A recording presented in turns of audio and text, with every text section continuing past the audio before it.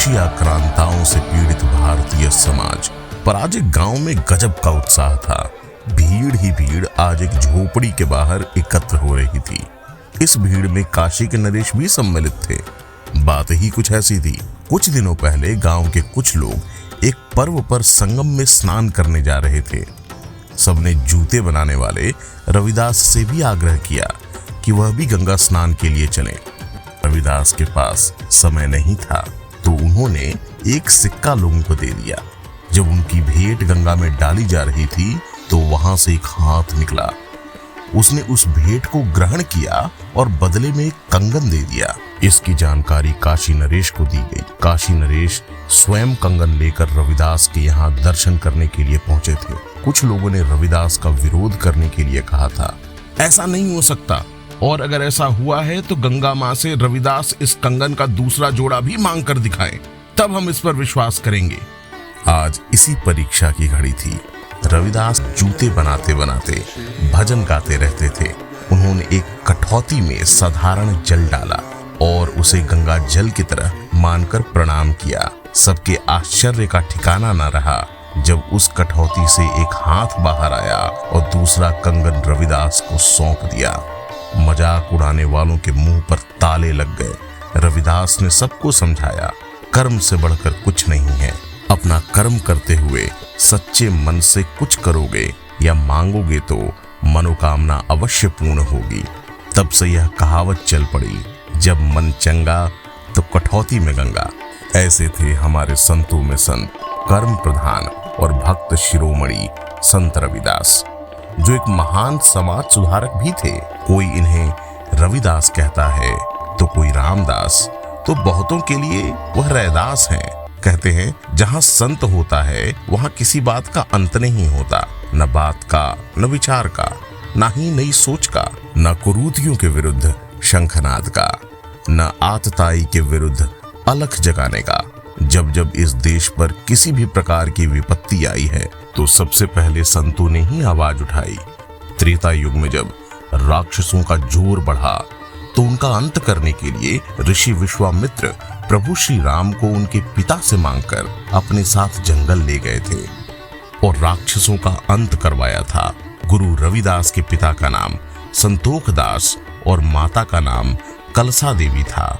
रविदास के पिता जूते बनाने का कार्य किया करते थे और यही उनका व्यवसाय था। बचपन से ही वह बड़े परोपकारी स्वभाव के थे। जब उनके दुकान पर कोई महात्मा आते थे तो वह बहुत बार बिना मूल्य लिए ही उनके जूते ठीक कर देते या नया जूता भेंट कर देते। रविदास विद्यालय में शिक्षा ग्रहण करना चाहते थे। वह सकुचाते हुए आचार्य शारदानंद की पाठशाला में गए। शिक्षा प्राप्त करते करते रविदास की मित्रता अपने गुरु पुत्र से हो गई। एक दिन खेल पूर्ण होने से पहले ही तय हुआ कि अगले दिन फिर खेल यहीं से आरंभ किया जाएगा। परंतु दूसरे दिन रविदास जब मैदान में पहुंचे तो उनके मित्र का कुछ अता पता न चला। आखिर वह उसे लेने उसके घर पहुंचे तो देखा उनका मित्र अचेत पड़ा था और सब लोग विलाप कर रहे थे, जिसका आशय यही था कि उनका मित्र अब इस संसार में नहीं रहा। वह अपने मित्र के पास पहुंचे और उलाहना दिया। तय हुआ था कि हम लुका छिपी का खेल आज आगे बढ़ाएंगे, चलो उठो खेलने चलते हैं। लोगों के आश्चर्य का ठिकाना नहीं रहा जब रविदास के ऐसा कहते ही मरणासन मित्र उठकर खड़ा हो गया और हंसते हुए उनके साथ खेलने चला गया। रविदास का ब्याह बचपन में ही लोना देवी से हो गया था। विजयदास जीवन यापन के लिए रविदास ने अपने पिता के व्यवसाय को अपना लिया। वह दुखियों की मदद करते और अपनी वाणी से उनके पीड़ित मन पर मलहम लगाते। संत रविदास के समय भारतवर्ष में उठापटक का समय था। भारत पर मुस्लिम आक्रमणकारियों का शिकंजा कसता जा रहा था। दिल्ली पर इब्राहिम लोदी का शासन था और वह बहुत क्रूर माना जाता था। उन दिनों स्वामी रामानंद की बहुत ख्याति थी और वह एक महान संत थे। संत रविदास भी उनसे बहुत प्रभावित हुए और उनका शिष्य बनने की इच्छा प्रकट की।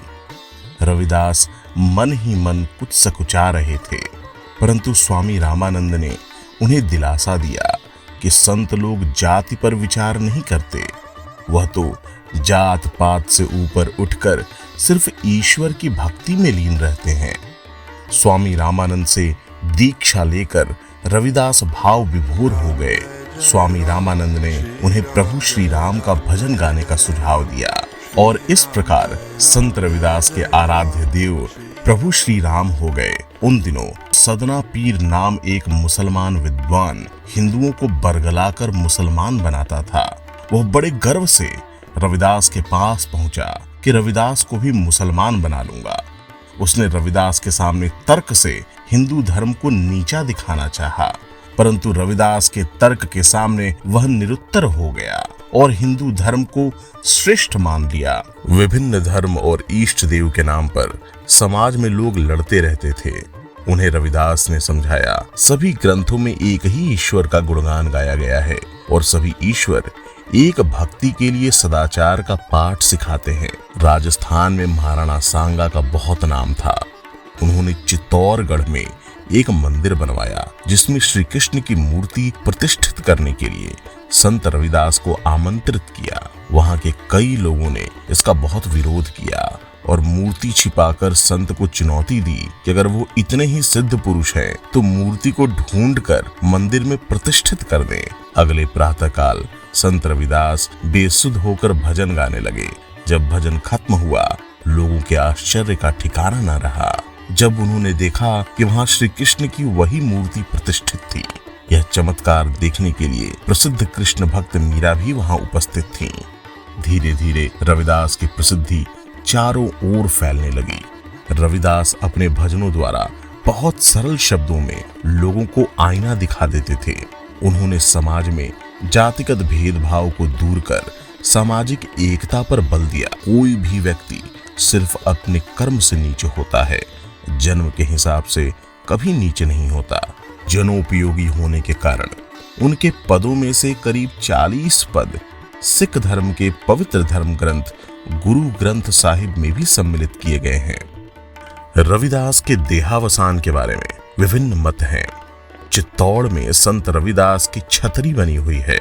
मान्यता है कि वहीं उन्हें स्वर्ग के लिए प्रस्थान किया था। हालांकि इसका कोई विवरण नहीं है। कुछ लोग कहते हैं कि सन 1540 में उन्होंने वाराणसी में अपना देहावसान किया था।